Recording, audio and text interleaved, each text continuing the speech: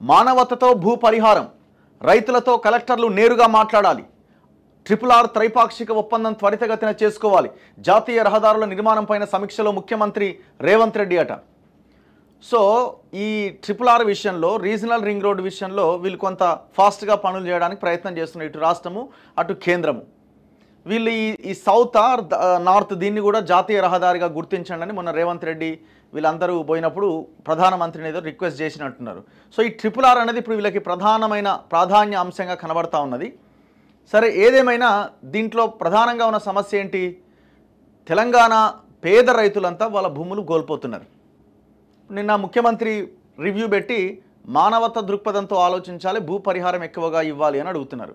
ఇప్పుడు గీడ రాయగిరి దగ్గర, యాదగిరిగుట్ట రాయగిరి దగ్గర మేము కూడా గత సంవత్సరము వెళ్ళి కవర్ చేసినాం.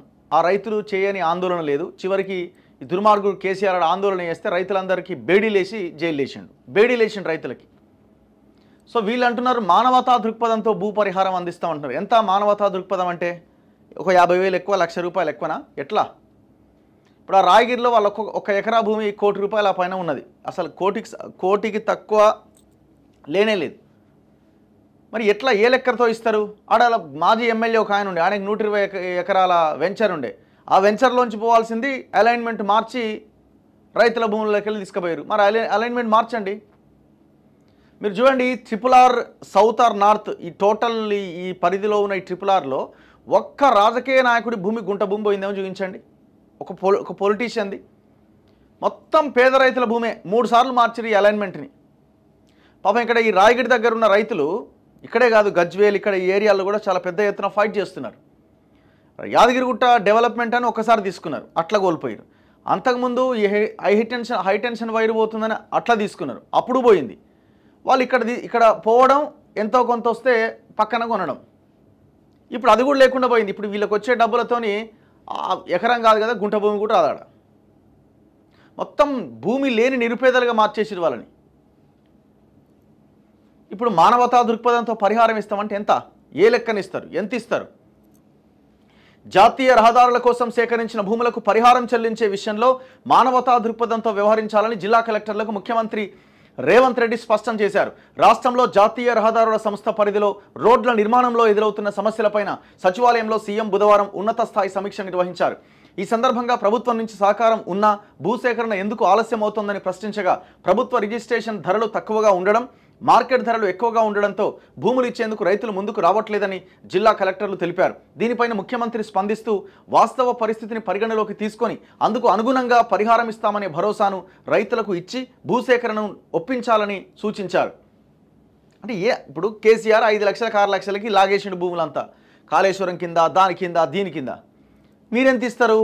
మహా అయితే ఎంత ఇస్తారు మీరు? ప్రాంతీయ రింగ్ రోడ్డు నిర్మాణానికి వీలుగా సాధ్యమైనంత త్వరగా ఒప్పందం చేసుకోవాలి. రాష్ట్ర కేంద్ర ప్రభుత్వాలు NHAI మధ్య త్రైపాక్షిక ఒప్పందం చేసుకోవడానికి అవసరమైన ప్రక్రియ చేపట్టాలి.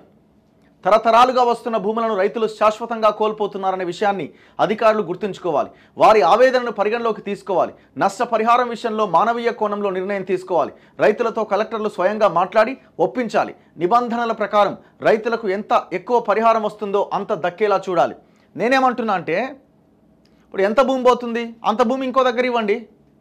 ఒకవేళ ఆ మార్కెట్ వాల్యూ ప్రకారం మీరు ఇచ్చే భూమి వాల్యూ తక్కువగా ఉంటే కొన్ని డబ్బులు యాడ్ చేసి ఇవ్వండి. భూమికి భూమి ఇవ్వండి. రైతు ఏం కోరుకుంటాడు? నా భూమి పోకుండా ఉండాలి. రైతు భూమి అమ్ముకోవాలనుకోడు కదా. మీరు వచ్చి దాన్ని లాక్కుంటున్నారు బలవంతంగా. ఆ రైతునని భూమి ఉంటే నేను వ్యవసాయం చేసుకుని నా కుటుంబాన్ని, నా పిల్లలని చూసుకోగలుగుతా, వాళ్ళని మంచి పొజిషన్లో నిలబెట్టగలుగుతా, రేపు నేను పోయిన తర్వాత కూడా నా పిల్లలకి ఆస్తిని ఇవ్వగలుగుతాను ఒక ధైర్యంతో ఉంటాడు. మీరు భూమి లాక్కొని 5 లక్షలు 10 లక్షలు చేతులు పెట్టిన తర్వాత, ఇప్పుడు ఆయన 5 పెడితే మీరు 10 పెట్టిన అనుకుందాం, ఏం ఉపయోగం దానివల్ల? వాళ్ళు అడుగుతారు భూమి కావాలి మాకని. మరి ఆ భూమికి భూమి ఇవ్వండి ఇంకో ప్లేస్లో. ఆ ప్రక్రియను ఎందుకు చేపట్టాం మనం? భూమి లేదా వాళ్ళ రాష్ట్రంలో? 1000 ఎకరాల భూములు ఉన్నాయి, అన్యాక్రాంతమైన భూములు ఉన్నాయి. ఆ దిశగా ఎందుకు ఆలోచించాం మనం చెప్పండి? RRR ఉత్తర దక్షిణ భాగాలను వేరువేరుగా చూడొద్దని, రెండింటికి కలిపి ఒకే నెంబర్ కేటాయించాలని కేంద్ర మంత్రి నితిన్ గడ్కరీని ఇటీవల కోరగా సూత్రప్రాయంగా ఆమోదించారు. ఆ ప్రక్రియకు అవసరమైన చర్యలు తీసుకోవాలి అని సీఎం ఆదేశించారు. ఉత్తర భాగానికి భూసేకరణలో ఉన్న ఆటంకాల గురించి ఆయన ప్రశ్నించారు. అలైన్మెంట్ విషయంలో పొరపడి కొందరు రైతులు హైకోర్టును ఆశ్రయించడంతో స్టే ఇచ్చింది అని యాదాద్రి భువనగిరి కలెక్టర్ హనుమంత్ తెలిపారు. స్టే తొలగింపునకు వచ్చే శుక్రవారం కౌంటర్ దాఖలు చేయాలని ముఖ్యమంత్రి సూచించారు.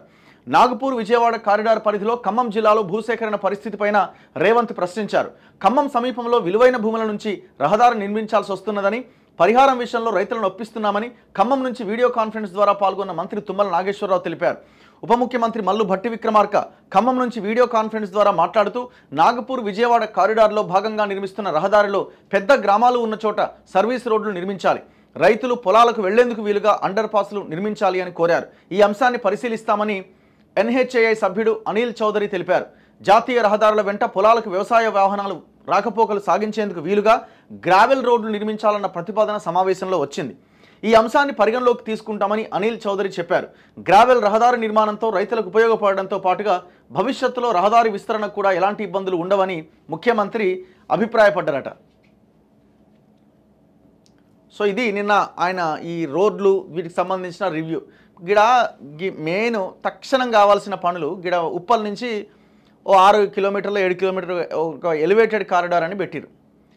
అసలు అది దాదాపు 4-5 ఏళ్ళు అవుతున్నట్టుంది. ఆయన ఎవరు? కాంట్రాక్టరు సుబ్బిరామిరెడ్డి, సుబ్బిరామిరెడ్డి అని, ఆయన గాయత్రి కన్స్ట్రక్షన్స్ ఏమో. నాకు ఇది పడదాన్ని దివాలా తీసిన నేనని చెప్పి దాన్ని సగం అటు ఇటు కట్టి దాన్ని వదిలేసారు, గాలికి వదిలేసారు. తక్షణం కావాల్సిన పనులు ఇవన్నీ, ఈ ట్రిపుల్ ఆర్లు ఇవన్నీ అది ఎప్పటికో.